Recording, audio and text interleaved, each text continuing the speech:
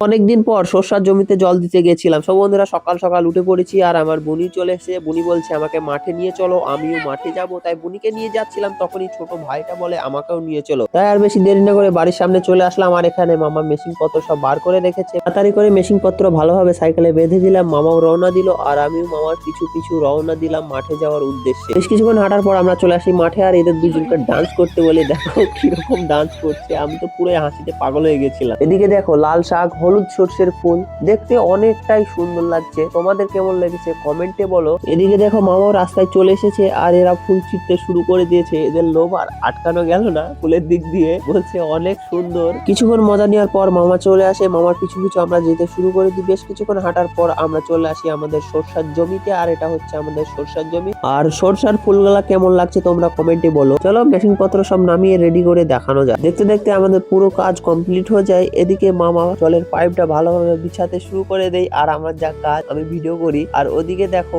ওরা দুজন আমাকে ডাকতে শুরু করে দেয়। এদের কাছে এসে কিছুক্ষণ বসে মেশিনের কাছে গিয়ে মেশিনটা স্টার্ট করে দেই। আর এখানে এত পিঁপড়ি কি বলবো, যেখানে যাচ্ছি সেখানেই পিঁপড়ে আমার কামড়ে পুরো একবারে লাল করে ছেড়ে দিচ্ছে। তাই আমি আর বেশি পিঁপড়ের কামড় না খেয়ে জুতাটা নিয়ে চলে যাই জলের কাছে হাত মুখ ধোয়ার জন্য। মুখ ধুয়ে জল খেতে খেতে আজকের ব্লগটা শেষ করি। ভালো লাগলে লাইক কমেন্ট সাবস্ক্রাইব করবে। দেখা হচ্ছে পরবর্তী ভিডিওতে। Bye bye.